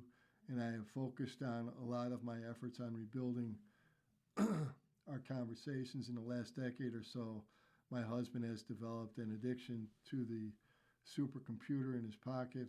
If I try to start a conversation, he will whip out Google and immediately end it with a definitive answer. This bothers me to no end. I've asked my husband to stop pulling out his phone during our conversations. It's something we argue about, unfortunately. He feels like there is access to the answer, so why shouldn't he just get it? It's just like reading, not Google. Letter that I realized that my point is the goal of good conversation is the journey, not a particular destination, not looking for Google. Dear Not Looking, thank you for sharing your experience. I hope that you're being able to recapture some of the ease you found in early conversations with your husband. I also want to applaud you for not settling for something less than what you want. Every relationship goes through its changes, just as people inside change. We owe it to ourselves and to each other to keep being creative and curious about how to maintain connections that matter to us. You may also appreciate using conversational prompts like the card games Where Should We Begin by Esther Perel or The End by a company called Skin Deep. You can even write your own prompts based on things you used to enjoy discussing or memories you share. You're listening to a reading of articles and features on the Buffalo News on the Niagara Frontier Radio reading service. The time is 30 minutes past the hour. Now let's look at sports. Third line shines while Sabres' top line struggle. Lindy Ruff doesn't like to attach superlatives to his team's hierarchy of forward lines, especially not in the Stanley Cup playoffs. The Sabres coach made that clear after Game 1 of the second-round series against Montreal. How do you know that they're our third line, Ruff asked with a wily grin and his hallmark chuckle. Maybe they're our second. Thus, the versatility and the value of the trio of Zach Benson at left wing, Josh Norris at center, Josh Doan at right wing.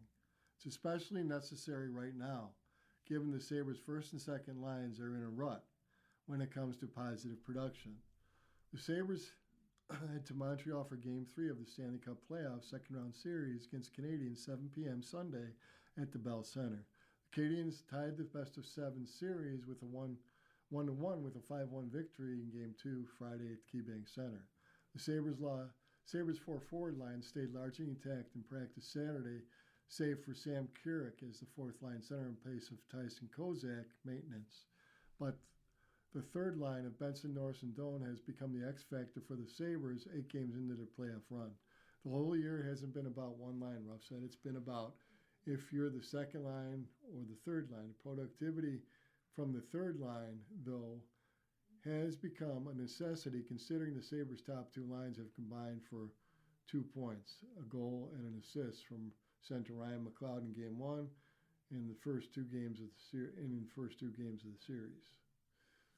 So line of Tage Thompson, right wing Alex Tuch, and left wing Peyton Krebs combined for 8 goals, 12 assists in the 6 games in the first round against Boston, but they've yet to register a point against Montreal. The second line of McLeod, left wing Jason Zucker, and right wing Jack Quinn have combined for 1 goal and 6 assists in the first 8 playoff games. At one point Friday, Ruff shuffled the first and second lines using a handful of different combinations involving Zucker, McLeod, Quinn, Tuch, Thompson, and Krebs, with the goal of somehow sparking offense. It didn't work. The line of Benson, Norris, and Doan has combined for 4 goals and 6 assists in the playoffs, including Benson's goal and 2 assists in the first 2 games against Canadiens. Norris has just 1 goal in the playoffs, but has a face-off percentage of 52.7, 5 games, 39 wins, 35 losses, and is +1 with 18 hits. We want to be able to help our big guns offensively produce so they don't have to feel the pressure every night, Doan said. That's going to be games where those big guys take over and score 2 or 3 for us. So when that happens, then our job is to be disruptive and create energy for them and hold the other team's top guys to limited opportunities. This isn't just a playoff thing either. Ruff looked back at the Sabres' 4-game trip from March to 17th to 22nd to Las Vegas, San Jose, Los Angeles, and Anaheim, when the Sabres flexed all of those qualities in 3 wins and an overtime loss. He saw value of versatility in each of the Sabres lines as 9 different players scored in that stretch, including 3 goals from Carrick and a 4th line, 2 each from Doan and Benson on the 3rd line, and Thompson on the top line. This has been magnified in the postseason. Special teams update. Ruff said Saturday at least one personnel facet of the Sabres change ahead of Game 3 will be Sunday in Montreal, the power play. The Sabres were 0 for 5 on the power play Game 2 against Montreal. They're 3 for 32 in the playoffs. The Sabres' 2 power play units practiced Saturday: Jack Quinn, Rasmus Dahlin, Doan, Benson, and Thompson, Zucker, Tuch, Norris, McLeod, Bo Byram. The Sabres primarily used power play units of McLeod, Quinn, Doan, Benson, and Byram, and Norris, Thompson, Tuch, and Dahlin, and Zucker in Game 2. We're going to shake it up, Ruff said. We feel it's the right time for it, putting Donor and Benny. Benny's been playing real well. He's making a lot of small ice plays, so we think he can be a factor. Roster update. Carrick centered the Sabres' 4th line, and left wing Jordan Greenway and right wing Buck Melenstein in practice on Saturday. Carrick took the place of Kozak, who centered the line for Greenway and Melenstein the last 6 games. Kozak's absence from practice, Ruff said, was maintenance. Bills Parker rookies have memorable day. As far as days go, TJ Parker couldn't have asked for a better one Friday. The Bills' top draft pick took the field on their perfectly sunny skies. Even the cool temperature was welcome for Parker, who was one of the 58 players participating in the 3 days rookie mini camp. That group includes the team's 10-member draft class, 12 rookie undrafted free agents who officially signed Thursday, 31 players participating in tryout basis, and 5 first-year veterans who previously had some NFL experience. Man, it was amazing. My first day on the grass, being a Buffalo Bill, Parker said. God is amazing. Just want to be happy out here, happy to get going, obviously learning the playbook and being with my new teammates. I've been smiling all day. I'm living my dream, Parker said. Chosen number 35 overall, second round out of Clemson, recognizes that he is playing catch-up to Bills' veteran players. Our weeks into the offseason program, that has meant some long hours studying with the outside linebacker coach Bobby April III. There is at least some similarity between the Bills' playbook and what Parker has been asked to do at Clemson, he said, which has assisted in the learning process. It went really well, Parker said, of Friday's practice, which was conducted on the grass field next to Kaleida Health Performance Center. For most of the players on the field Friday, the practice represented their first chance to put on an NFL helmet. Shoot, when I put on my helmet in the locker room, I was getting in my stance before I was even walked out here, Parker said. I started stretching and I was like out here on the practice field like, man, first thing I did was thank God. He gave me this opportunity. I'm just so happy to take it all in and continue to work. Bills are counting on Parker to play a big role in their defensive coordinator Jim Leonard's 3-4 scheme. He will likely start the season as the third inside linebacker behind Gregory Rousseau and Bradley Chubb. He's a hell of a player, said offensive lineman Bruno Fina, who has been one of the 12 rookie undrafted free agents signed by the Bills out of Duke. We played against each other when he was at Clemson. We had reps against each other directly. I'm excited to be on the same sideline as him. He's a fantastic athlete. He's a great competitor. Parker's role in the defense, along with contributions from the rest of the rookies, will be sorted out soon. The first practice of the rookie minicamp, along with the first few weeks of being a professional athlete, are much about getting accustomed to what life is like now than anything that happens on the field. It's been amazing just being able to see the city, Parker said. I'm just so glad I had the organization who brings in family. I'm super excited to continue the winning culture. You don't have the factors of school or figuring out the draft process. Now I just know it's home for the next few years or even my career. Now I can just truly focus on my teammates and learning this playbook and help them to win. Now let's look at the NBA playoffs. Knicks grabbed commanding lead over 76ers. Jalen Brunson scored 33 points as the visiting New York Knicks defeated the Philadelphia 76ers 108-94 on Friday to take a commanding 3-0 lead in the Eastern Conference second-round playoff series. Mikal Bridges notched 23 points and Landry Shamet chipped in with 15 and 5 of 6 shooting for New York, which played without guard Anunoby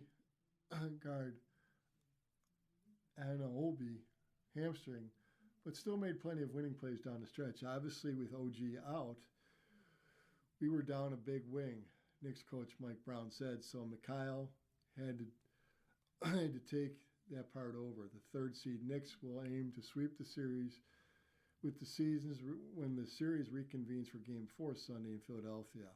All you can do is get to the next one and see what happens, Sixers coach Nick Nurse said.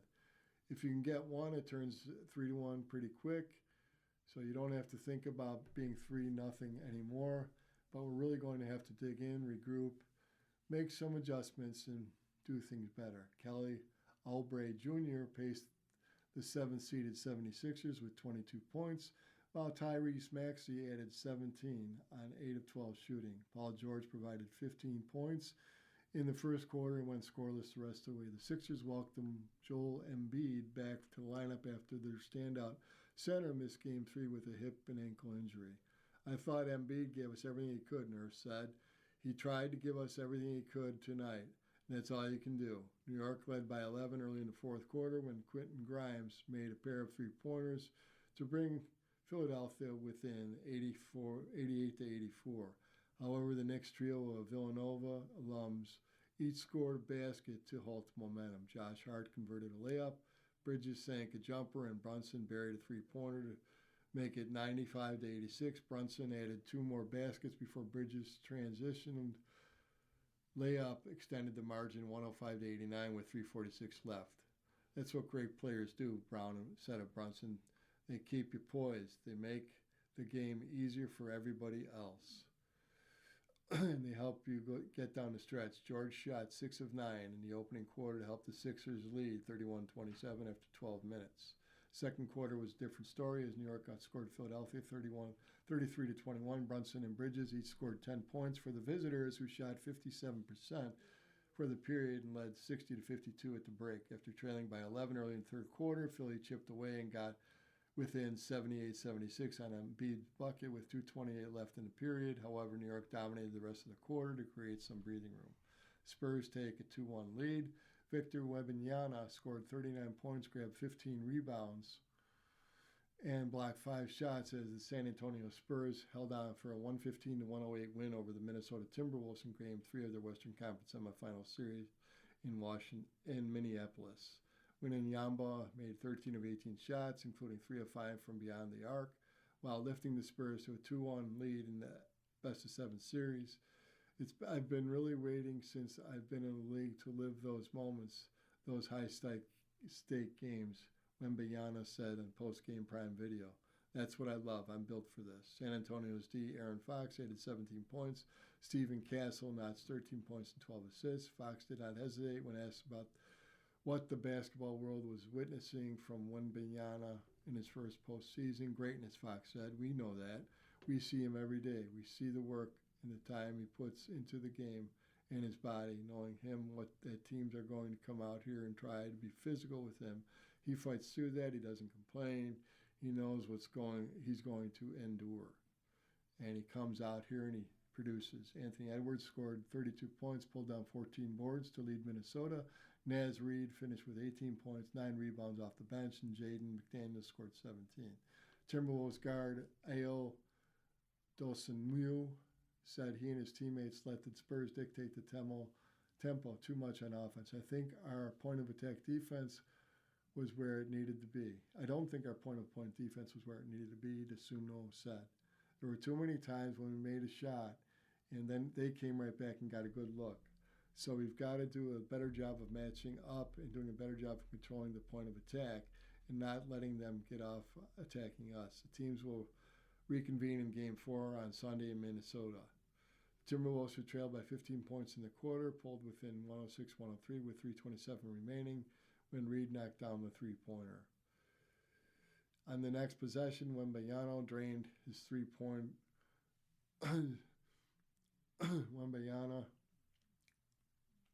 drained his three-pointer of his third three-pointer of the evening. Wembanyama and Dylan Harper made 2 free throws each in the final minute to help seal the victory for the Spurs.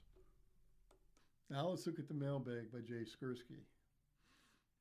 Why did Bell last until the 4th round? Ken T asked. When I was a little irked by Davison Igbenogany taking his first on-the-camera interview as Buffalo Bills wearing his Bills hat facing 90 degrees sideways.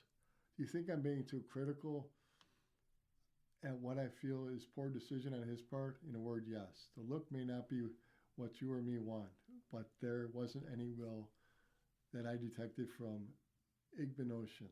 If anything, he came across as a confident young man who's going to come into the locker room determined to earn a starting job. Maybe that happens, maybe it doesn't, but I wouldn't form any opinions on Igbenogany or the person based on the way he wore his hat. Bob Heim asks, when rating draft prospects, it appears that the main criteria considered are traits, production, injury history, character, and level of college competition. When comparing Makai Lemon, Casey Concepcion, and Skylar Bell, it appears the main difference between them in regards to their ratings is level of competition. Bell is very similar in size to the other two, faster with better jumping agility, with similar or better college production. From his college tape, he has good separation and run after the catch ability. This season, with he and DJ Moore, I believe the ability of the receivers to get separation should be greatly improved. Am I missing something? Jay, you're not missing anything necessarily, Bob. Bell is 5'11", played against a lower level of competition at UConn. If you're looking for reasons why he slipped in the draft, those are the only two I can come up with. As you mentioned, the production which Brandon Beane values most was top-notch. His athleticism charted well at the NFL Combine. My concern is fans are putting unreasonable expectations on Bell. Whatever the reason, he fell to the fourth round. If he gets any playing time on the offense as a rookie, he will be ahead of schedule in terms of his development. Khalil Shakir, who started his nice second contract from the team, made 10 catches for 161 yards and 1 touchdown in his rookie season. I understand why fans are happy the Bills picked Bell, but it feels as though he is being saddled with unrealistic expectations. John Jarzynski asked, there are a number of free agent former Bills available. Any chance any of them find a way to be back to Orchard Park? Jay, I'm going to take this as a sign, John, that you don't read my recent article about 15 Bills from last year's roster who are looking for a new team. Don't worry, though. I'm not easily offended. Of those 15, the two I'd be most interested is Shaq Thompson and quarterback Trey White. Both would provide veteran presence in their position room. They also played some good football last season. Thompson brought a physical edge and an attitude to the defense that I loved. White, meanwhile, is loved by fans, and his return last season was more than a feel-good story. He ended up being a key starter. He made one of the biggest plays of the season with a pass defended that led to a game-clinching interception by Cole Bishops in the playoff game in Jacksonville. Jeff asks, if the defensive scheme is different, how does his own cornerback like Trey White fit? Good question, Jay. Broncos last season played 32% man, which ranked second in the NFL behind only the Browns, who were 43.4% according to Sharp Football Analysis. The Bills played man 23.9% of the time, which ranked number 13 in the league. Denver was in zone coverage 63% of the time, which is 28th in the league, while the Bills played zone 70.4%, which was 19th. With new defensive coordinator Jim Leonhard doing that man-heavy approach to Buffalo, now he'll be calling the defense for the first time. That remains to be seen. That could be a partial explanation of why White remains unsigned, at least by the Bills. However, the above numbers indicate he is a good bet. The Bills will be in zone majority of the time. As a depth signing, I'd still be in favor of White returning. Miller asks, are we flying you to New York City to dine at Michelin Star Restaurant and then discuss your GM for a day column? How much did Brandon Beane realize your omniscient knowledge of all things football? And agree with you. Not much of anything. Of all the players I suggested signing, Beane didn't sign a darn one of them. The players I suggested signing were wide receiver Mike Evans, safety Nick Cross, edge rusher Arden Key, nose tackle Kairis Tonga, left guard Joel Benito, and linebacker Louis Chanel. The Bills addressed wide receiver by signing DJ Moore. They signed safety C.J. Gardner-Johnson and Geno Stone, edge rusher Bradley Chubb, and left guard Austin Corbett. Of the listing to my suggestions, the team did not make a meaningful addition through free agency or nose tackle or linebacker, or I don't get any partial credit there. As for the draft, I had the team trading down out of the first round in both my GM for the day series and my final mock draft, so I will pat myself on the back for that. I also did get drafting an offensive lineman in the fourth round and a punter in the seventh round as part of the series, which Beane ended up doing. I'm patiently waiting for a check for my consultant fee. Now let's look at the scoreboard. In hockey, Stanley Cup playoffs, second round, best of 7 series.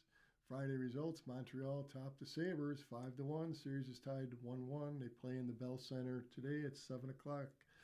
Saturday results, Carolina beat Philadelphia in overtime 3-2 to defeat the Flyers in the conference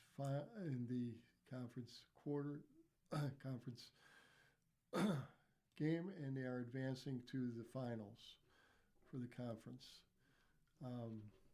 Also, let's get back to, I apologize, let's get back to the Western Conference, where Vegas beat Anaheim 6-2 on Friday.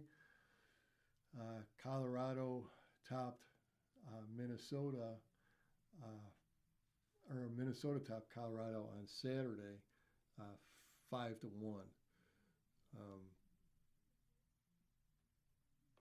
NBA playoffs, the Eastern Conference. Friday results: the Knicks beat Philadelphia 108-94. New York leads the series 3-0. Saturday's result: Detroit at Cleveland. Detroit leads the series 2-0. Western Conference Friday's results: San Antonio 115, Minnesota 108. San Antonio leads the series 2-1. Oklahoma City at the Lakers. Oklahoma City leads the series 2-0.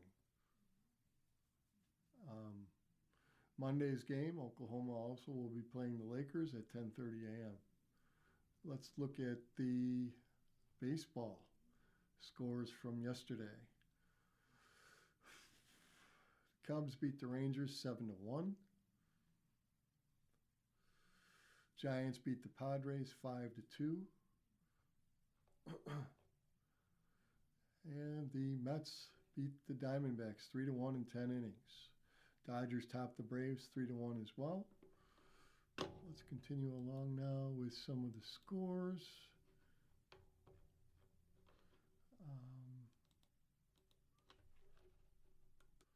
In the Interleague, Houston topped Cincinnati 10-0. Milwaukee topped the Yankees 6-0, and the Cubs beat Texas 7-1. Sunday's game, the Oakland Athletics take on Baltimore. In Baltimore, Tampa Bay is at Boston. Los Angeles is at Toronto. Minnesota is at Cleveland. Seattle is at Chicago White Sox. And Detroit is at Kansas City. National League, Washington will play at Miami. Colorado is at Philadelphia. Pittsburgh is at San Francisco. New York Mets is at Arizona. St. Louis will be at San Diego, and Atlanta will be at the Dodgers. Interleague, Houston will be at Cincinnati. The Yankees will be again at Milwaukee, and the Chicago Cubs will be at Texas. Let's take a look at the International League scores. Friday results: Gwinnett topped Norfolk 9-1. Worcester beat Scranton 8-3. Rochester topped Syracuse 7-5. Lehigh Valley topped Buffalo 4-0. Toledo beat Memphis 10-4. Charlotte topped Jacksonville 10-5. Louisville 9. Nashville 6. Norfolk 3. Gwinnett 2. Iowa 13. Columbus 12. St. Paul topped Las Vegas 7-4. And Omaha at Indianapolis was postponed. Sunday's games today: Round Rock will be at Durham at 1:05 p.m. Scranton will be at Worcester at 1:05. Rochester at Syracuse. Nashville at Louisville. Gwinnett at Norfolk. And Buffalo at Lehigh Valley at 1:15. Omaha at Indianapolis at 1:35. Memphis will be at Toledo at 2:05 p.m. Charlotte will be at Jacksonville at 2:05 as well. Columbus at Iowa. And St. Paul will be at Vegas at 3:05 p.m. In tennis, ATP WTA Italian Open, Friday in Rome. Men's singles, second round, Alexander Zverev, ranked second, defeated Germany's Daniel Altmaier of Germany 7-5, 6-3. Dino Prismic defeated Novak Dvojevic, third of Serbia 2-6, 6-2, 6-4. Matteo Arnaldi of Italy defeated Alex de Minaur, sixth seed of Australia 4-6, 7-6, and 6-4. Lorenzo Mercetti, ranked 8th of Italy, defeated Giovanni Pericard of France 6-4, 6-4. Alexander Bublik, number 9th rank of Kazakhstan, defeated Sebastian Baez of Argentina 6-1, 6-2. In the Friday, continuing along with WTA, Shanghai Open, Friday, Nanchang, China, purse of 115,000, surface hard court singles quarterfinals. And Zhou Lang of Taiwan defeated Hayu Kinshita of Japan 6-3, 6-3. Zhuan Bai of China defeated Lizette Cabrera, 6-4, 6-2. Jodi Yu of China defeated Heather Watson, United Kingdom, 6-4, 6-3. Xinjing Yao of China defeated Lenlana Torodi of Thailand, 6-4, 6-4. You've been listening to a reading of articles and features from the Buffalo News for May 10th. We read the Buffalo News live on weekday and Sunday mornings at 9 a.m. and rebroadcast it at 4 p.m. For more information, call 716-821-5555. Your reader today has been Ron Bickelman. Thank you for listening. Coming up next on the Niagara Frontier Radio Reading Service, we have a reading of Buffalo Magazine. Following that at noon is the Sunday Gusto. And at 1 o'clock is the Sunday front section of the New York Times. Stay with us for these readings and more.